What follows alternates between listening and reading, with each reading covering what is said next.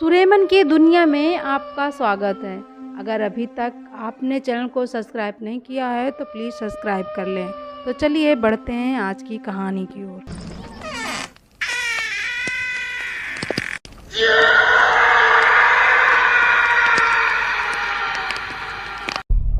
सुना है बड़ा मनहूस स्टेशन है वो, कैसे रहोगे वहाँ? मेडिकल लेकर भाग जाओ, इसी में भलाई है। बिलास का एक साथी मित्र उसे ट्रांसफ़र ऑर्डर मिलते ही समझा रहा था। बिलास सिर पकड़कर बैठा था और अपने परिवार के बारे में सोच रहा था। विक्रमपुर रेलवे स्टेशन जैसा नाम वैसा ही गुण कहते हैं। बुतहा स्टेशन है वो, लेकिन किसी न किसी को तो जाना ही होगा जब स्टेशन है तो। पिछले वाले स्टेशन मास्टर की हार्ट अटैक से मौत हो गई थी। कौन जाने भूतों ने ही मिलकर मारा हो। सब सामान बांधकर बिलास ज्वाइनिंग के लिए निकल पड़ा। बच्चों की पढ़ाई डिस्टर्ब ना हो इसलिए उसने परिवार शहर में ही छोड़ दिया। बीवी को बिना डराए और सच्चाई बताए वो विक्रमपुर पहुंच गया। फटेहाल स्टेशन था वो, एक छोटा सा कमरा और उससे भी छोटा टिकट घर। मज़े की बात ये थी कि ज़्यादातर ट्रेनें उस स्टेशन पर रुकती ही नहीं थी। इसी कारण से रात में सन्नाटा और बढ़ जाता। टिकट वाला भी शाम होते ही घर निकल जाता और स्टेशन पर बस स्टेशन मास्टर रह जाता। पिछले दिन ही बिलास को पता चला कि स्टेशन कब्रिस्तान से सटी हुई ज़मीन पर बना है। प्लेटफार्म पर खड़े होकर उसने यहाँ वहाँ देखा। दूर दूर तक खेत दिखाई पड़ रहे थे और एक तरफ रेलवे फाटक के पास बस दो गुमटियाँ। प्लेटफार्म पर ट्रेन आने पर कुछ हलचल होती और फिर सन्नाटा पसर जाता। गर्मी की दोपहर में पास की सड़क पर भी कम लोग ही दिख रहे थे। टिकट क्लर्क पास के ही गांव में ही रहता था। उसने पहले दिन मास्टर साहब के रात में खाने पीने का इंतजाम कर दिया। साथ में उसने गांव के सिद्ध बाबा जी का जंतर भी दिया जिससे उन्हें रात को डर ना लगे। बिलास चाहते हुए भी मना ना कर पाया। उसे जीना था अपने परिवार के लिए। जैसे जैसे दिन ढल रहा था बिलास की धड़कनें तेज हो रही थी। उसे सारी भूत की कहानियाँ एक साथ याद आ रही थी। किसी ट्रेन के आने का समय नहीं था तो बिलास ने सोचा थोड़ी देर झपकी ले लें। तभी अचानक किसी ने गेट खोला। उसका दिल धक से कर गया। सामने देखा तो एक पतला दुबला लड़का टिफिन में खाना लिए खड़ा था। साहब, विक्की भैया ने भेजा है, खाना लगा दें? हाँ लगाओ बेटा, बिलास हड़बड़ाते हुए बोला। टिफिन को उसने टेबल पर सजा दिया। गर्मा गर्म पूरी और सब्जी की महक से सारा कमरा भर गया। जाने के लिए जैसे ही वो लड़का पलटा बिलास ने उसे अनुग्रहपूर्वक रोक लिया। सुनो बेटा, थोड़ी देर रुक जाओ तो टिफ़िन साथ लेते जाना। अरे नहीं साहब, सुबह आकर ले लेंगे। अभी रास्ते में बहुत अंधेरा हो जाएगा तो घर जाने में दिक्कत होगी। हाथ जोड़ते हुए वो भाग निकला। बिलास ने हिम्मत बांधकर खाना खाना शुरू किया। स्वादिष्ट पूड़ी सब्जी ने उसका डर कुछ देर के लिए भगा दिया। दरवाज़ा भीतर से बंद करके वो कुछ देर फिर झपकी लेने लगा। उसकी नींद खुली तो घड़ी में रात के 10 बज रहे थे। अगली ट्रेन का समय 1 बजे था, लेकिन अब घड़ी देखने के बाद उसे नींद नहीं लग रही थी।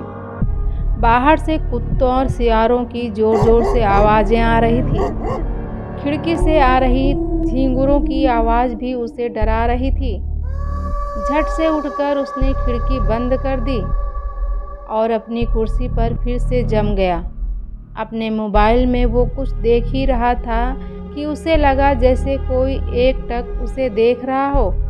सामने उसके दीवार पर एक शीशा टंगा था जिसमें उसे कोई परछाई नजर आई। ध्यान से देखने पर उसे लगा कि सब उसके मन का वहम है। तभी उसके दरवाजे पर जोर जोर से पीटने की आवाज़ें आने लगी। हाथ में एक लाठी लिए वो डरते डरते बाहर निकला। लेकिन वहाँ कोई नहीं था।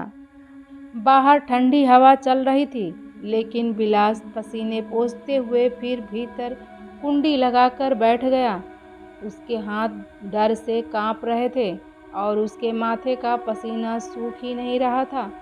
पहली रात में ही डर उसके भीतर बैठ गया था और उसे कुछ समझ नहीं आ रहा था। अचानक से उसे बिक्की का दिया जंतर याद आया, जिसे उसने अपने बैग में से निकालकर तुरंत पहन लिया। बिलास जंतर पहनकर कुछ मजबूत महसूस करने लगा, लेकिन उसके मस्तिष्क में बैठा डर जंतर भी भगा नहीं पा रहा था। जैसे जैसे रात जमा हो रही थी, बिलास के शरीर का खून सूखते जा रहा था। इतनी मानसिक थकान के बाद उसे नींद आने लगी थी, लेकिन उसका दिल इतनी जोर से धड़क रहा था कि उसकी आंखें शांति से पलकें झपका ही नहीं पा रही थी। कहते हैं आत्माओं में भी कई स्तर होते हैं। कमज़ोर आत्माएं तो जंतर के डर से भाग जाती हैं, लेकिन जो शैतानी आत्माएं होती हैं उन पर काबू पाना आसान नहीं होता। रात का अंधेरा तो इन शक्तिशाली आत्माओं का बसेरा होता है और उस समय जब जिसे चाहे बर्बाद कर सकती है। अपना डर भगाने के लिए बिलास ने अपनी पत्नी को फ़ोन लगाने की सोची।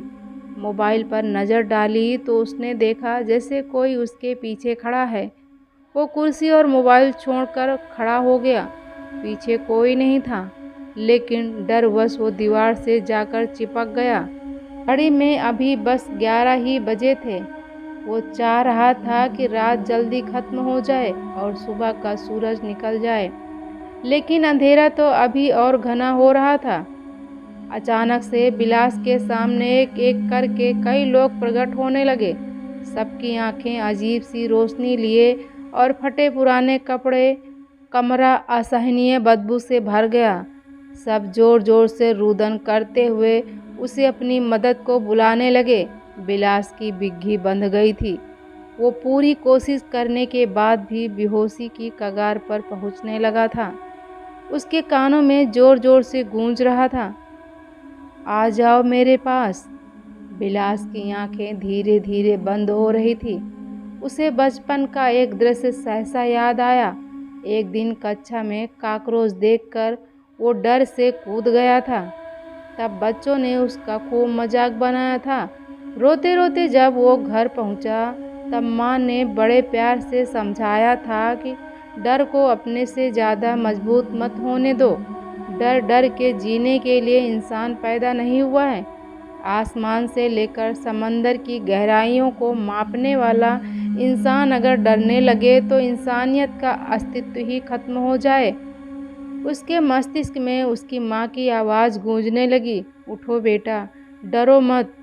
उसके छोटे बच्चों की तस्वीरें तैरने लगी थी, जो उसके घर न आने पर आंसू बहा रहे थे। बिलास ने अपनी बंद होती आंखों को पूरा जोर लगाते हुए खोला और चिल्लाया, भाग जाओ यहाँ से सालों। और वो पागलों की तरह हाथ पैर मारता हुआ उन आकृतियों के बीच जाकर उन्हें मारने लगा। कुछ देर में सन्नाटा छा गया। कमरा एकदम खाली और घड़ी में 12 बज रहे थे। शरीर में इतने डर के घुसने के कारण अब उसे शौचालय की ज़रूरत पड़ी, जो बाहर प्लेटफार्म पर था। पूरी हिम्मत और जोश के साथ वो बाहर निकला। दरवाजे में बाहर से कुंडी लगाकर वो सीधे शौचालय की ओर भागा। भीतर बैठे बैठे उसे लगा मानो रोशनदान से कोई आदमी भीतर झांक रहा है। अपने डर पर काबू पाकर वो बाहर निकला। बाहर कुछ नहीं था। उसने प्लेटफार्म पर नज़र दौड़ाई। ठंडी हवा से लटका हुआ एक मात्र बल्ब नाच रहा था और आसपास दूर दूर तक बस अंधेरा था। थोड़ी देर के लिए उसने प्लेटफार्म पर टहलने की सोची। कितना खूबसूरत लग रहा था उसे वो सुनसान स्टेशन, शहर की भागदौड़ से दूर। तभी उसे लगा जैसे प्लेटफार्म की बेंच पर कोई महिला बैठी है। पास जाने पर उसने देखा कि वो सिर झुकाकर रो रही है। बिलास को समझ नहीं आ रहा था कि ये उसका भ्रम है या सच। फिर भी उसने हिम्मत करके पूछ लिया, क्यों रो रही हो बहन?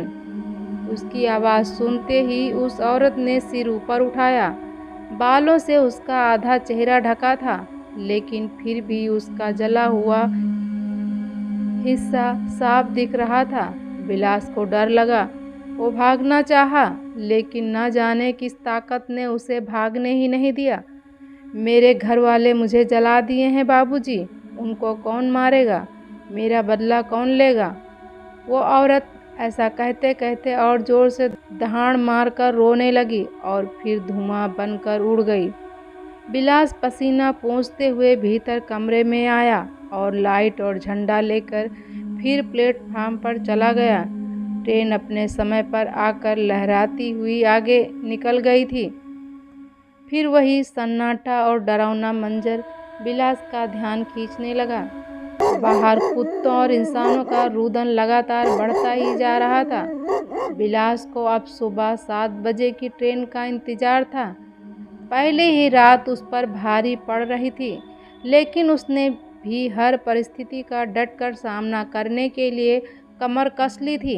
अपने कमरे में जाकर उसने चादर जमीन पर बिछाया और लेट गया। उसे लगातार महसूस हो रहा था कि कोई और भी उसके कमरे में है। एक अजीब सा भारीपन लग रहा था उसके शरीर पर और आसपास के माहौल में। सब कुछ भूलकर वो कुछ देर के लिए गहरी नींद में जाना चाहता था। न जाने कब उसकी आंख लग गई और सपने में उसे अपनी बीवी और 2 छोटे बच्चे दिखाई पड़े। तीनों उसके कमरे के बाहर रेलवे पटरी पर सामान लेकर खड़े थे और बच्चे चिल्ला रहे थे, पापा हमें यहाँ से निकालो। सामने से एक ट्रेन पूरी रफ्तार में आ रही थी और बिलास चाहकर भी हाथ पैर नहीं हिला पा रहा था। बिलास हाँफता हुआ नींद से उठकर बैठ गया। उसे न सिर्फ वो जमीन बल्कि पूरा स्टेशन ही चुभ रहा था। उस जगह का कोई बहुत ही डरावना अतीत रहा होगा, तभी इतनी अशांति थी हर तरफ। घड़ी में अभी 3 ही बज रहे थे और अब बिलास को नींद नहीं आ रही थी। वो कुछ देर कमरे में ही टहलने लगा, तभी उसका फ़ोन बज उठा। उसकी पत्नी की परेशान सी आवाज़ थी, कैसे हैं आप? रात से आपका फ़ोन आउट ऑफ नेटवर्क आ रहा है। पता है रात भर नींद नहीं आई। जब पड़ोसन ने कल शाम को बताया कि विक्रमपुर स्टेशन भूतिया है, आपको नींद आई क्या? सब ठीक तो है ना? बच्चे अलग परेशान हैं। उनको भी पड़ोसी बच्चों ने बता दिया कि तुम्हारे पापा अब लौट कर नहीं आएंगे। बिलास ढांढस बांधते हुए बोला, मैं ठीक हूँ भगवान। नेटवर्क कुछ ख़राब है यहाँ का। स्टेशन बहुत सुंदर है, डरने की कोई बात नहीं। जल्दी आऊँगा मैं, अभी तो ज्वाइन किया है, इतनी जल्दी यहाँ से छुट्टी नहीं मिलेगी। चलो अब सो जाओ आराम से और बच्चों को भी बता दो कि उनके पापा सुपरमैन हैं।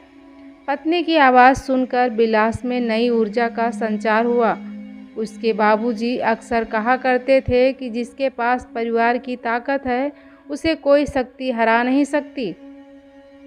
घड़ी में 4 बज चुके थे। बिलास को भोर की हवा बहुत पसंद थी। वो प्लेटफार्म पर सैर करने निकल पड़ा। खेतों और सड़कों पर लोग दिखने लगे थे। गांव के तरफ की शुद्ध हवा आखिर शहर में मिलती ही कहाँ है। स्नान करके वो कुछ देर कुर्सी पर बैठकर झपकी लेने लगा। तभी दरवाजे पर आहट हुई। टिकट क्लर्क बिक्की डरते डरते भीतर घुस रहा था। बिलास को जिंदा देखकर उसकी जान में जान आई। अरे सर, कैसी बीती पहली रात? लीजिए आपके लिए खस्ता कचौड़ी और दम आलू, गर्मा गर्म नाश्ता कीजिए। बिलास हंसते हुए बोला, भूतों के साथ पहली सुहाग रात थी भाई। न खुद सोते हैं साले, न सोने देते हैं, लेकिन मैंने भी हार नहीं मानी। इनसे दोस्ती करके रहूँगा। ला गर्मा गर्म नाश्ता करा और सुन, अब रोज़ मेरे खाने का तू ही इंतज़ाम करेगा, वरना शिकायत कर दूँगा कि तू टिकट काउंटर जल्दी बंद करके भाग जाता है, वो भी भूतों के डर से। अरे सर, बस इतना सा काम हो जाएगा। अपना बैग उठाए बिक्की काम करने लगा और बिलास 7 बजे वाली ट्रेन का इंतज़ार। लगभग 1 महीने लगे बिलास को भूतों से दोस्ती करने में। उसने भी ठान रखी थी कि मैदान छोड़कर भागेगा नहीं। वहाँ मोहल्ले में बिलास की इज्जत और बढ़ गई थी। उसने सबसे मुश्किल कहे जाने वाले स्टेशन पर रहने की जो ठान ली थी। आखिर मेडिकल लेकर भी बिलास कब तक काम से जी चुरा लेता। जब तक प्रमोशन नहीं हुआ बिलास विक्रमपुर में ही रहा। भूतों के साथ लगभग 5 साल बिताकर बिलास ने अपने अनुभवों पर एक किताब लिख डाली, भूतों का अस्तित्व। उसने बताया कि कैसे वही भूत जो उसे शुरू में डराते थे, धीरे धीरे चलकर उसके दोस्त बन गए। उन्होंने उसकी मजबूरियों को समझा। कभी कोई उसके बगल में लेट जाता तो कभी कोई उसकी कुर्सी पर बैठा रहता। उनका स्पर्श उसे ठंडक का एहसास कराता। उसने ना खुद को हावी होने दिया उन पर, ना उनको खुद पर। कई बार तो आधी रात वाली ट्रेन के समय जब उसे झपकी लग जाती तो उनमें से ही कोई उसे हिला हिला कर जगा देता। दफन हुए इंसानों में सपने खत्म नहीं हो जाते। उनमें भी एक तड़प होती है जो उन्हें इस रूप में जिंदा रखती है। उनके साथ रहकर बिलास को उनकी कहानियों के बारे में पता चला।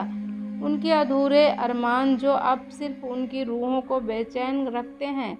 उनके घर वालों को लगा कि उन्होंने उन सबको शांति से सुला दिया है, लेकिन सच कुछ और ही था।